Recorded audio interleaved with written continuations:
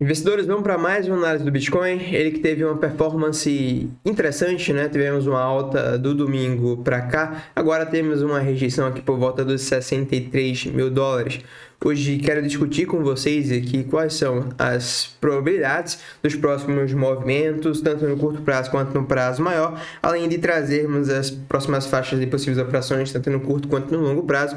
E claro, a gente se baseia aqui nas nossas análises, tanto pela análise técnica quanto pela análise de sentimento, né? A junção dos trade system, correto? Então, bora lá. Seguinte, tivemos uma performance legal de ontem para hoje, onde o ativo saiu da casa dos 62 e foi buscar aqui a casa dos 64 mil dólares. Tá? A gente veio revistar aqui a casa de 0,618 do topo até o fundo, essa região inclusive dos 63.600 aproximadamente, foi onde o preço parou, né? É uma das faixas que mais teve negociação durante essa pernada de baixa e é a faixa também que mais teve negociação no rangezinho completo aqui acima, então era de se esperar que a gente encontrasse uma resistênciazinha aqui.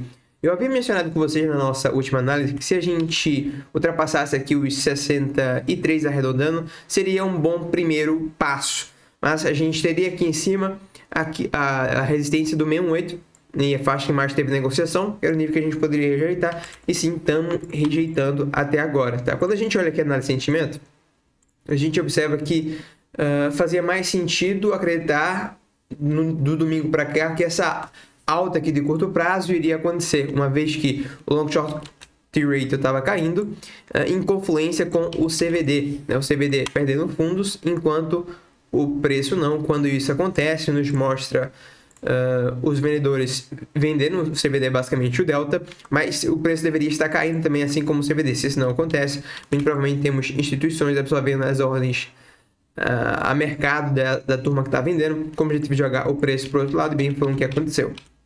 Agora a gente chega na resistência e temos aqui grandes deltas compradores, tá? O delta é a diferença entre compras e vendas no mercado. Quando a gente tem uma anomalia muito forte pela parte dos vendedores, como a maioria perde, geralmente não é um bom ponto para estar entrando vendendo, né? Eu acho que um bom exemplo, ó, grandes deltas. A gente estava aqui em um contexto mais próximo do fundo, o fundo foi formado, a gente foi para o outro lado. Agora a gente tem grandes deltas compradores, um nível de resistência aqui em 1.8 que a gente acabou de mencionar. Logo nos mostra um ponto que não é interessante para estar comprando, ao contrário, talvez seja interessante para estar vendendo, é o que a gente vai estar discutindo agora na análise de hoje. Eu havia mencionado com vocês na análise anterior que não estava tão certo aqui com as informações da análise técnica se a gente iria embora a partir de suporte para romper essa consolidação para cima, ou se a gente viria para níveis inferiores. Eu havia mencionado com vocês que através da análise técnica a gente não tinha informação suficiente para bater o martelo em algo do tipo ainda, tá? Com as informações atuais, eu repito a mesma frase que a gente mencionou anteriormente na nossa última análise do Bitcoin. Olhando aqui na janela de 4 horas, do 8 horas, eu não especulo se a gente vai estar rompendo para cima aqui ou se a gente vai estar vindo nesses níveis inferiores novamente, tá? Se eventualmente a gente vier a níveis inferiores, acredito que deva ser oportunidade, tá?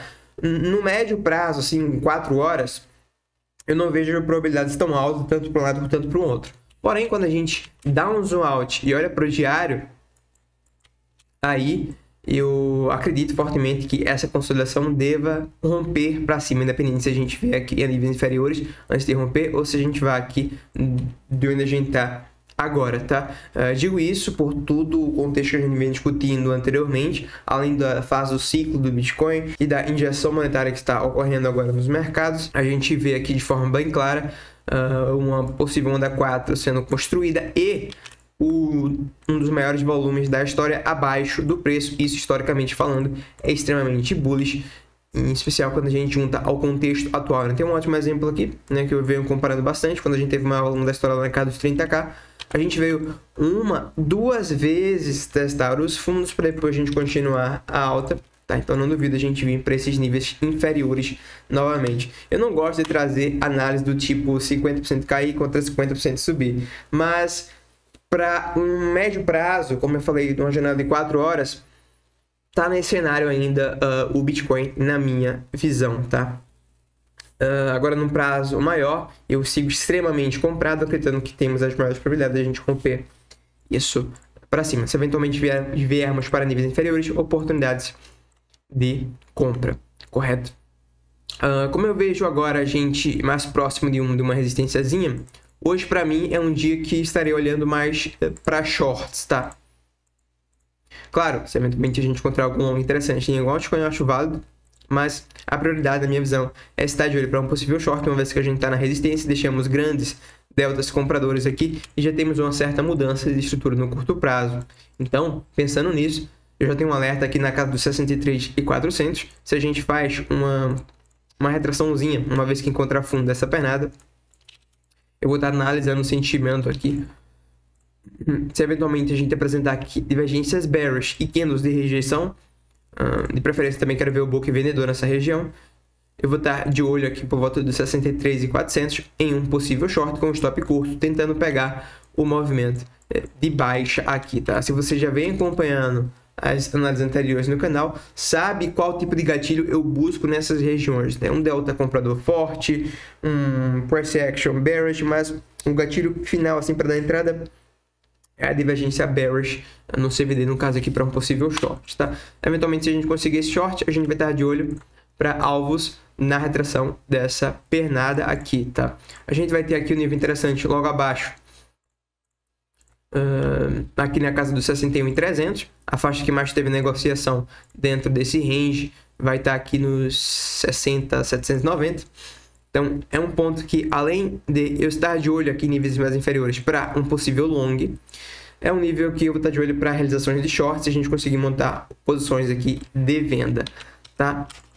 Então, para o curto prazo, esses são os pontos que eu fico atento para possíveis decisões no momento, tá? Shorts aqui em cima, eventualmente se a gente cair para níveis inferiores, possíveis longs barra realização de shorts. Porém, para olhar para longs aqui nesses níveis, é interessante que a gente caia com baixos volumes, tá? A gente não subiu um volume tão alto, então qualquer quedinha aqui pode ser que apresente um volume grande e já vai estar me impedindo de abrir operações nesses níveis, mas é um nível que eu fico atento para possíveis longs, beleza? Eventualmente, se a gente vem perder suportes, vem buscar níveis inferiores, como a casa dos 58, aqui é o próximo nível que eu estou de olho para uma possível compra, tá? Eu acredito que a gente tem boas confluências nessa casa dos 58, ela é a faixa que mais teve negociação durante uma das faixas que mais teve negociação, na verdade, durante a pernada de alta. É um nível de 0,68 dessa possível onda impulsiva.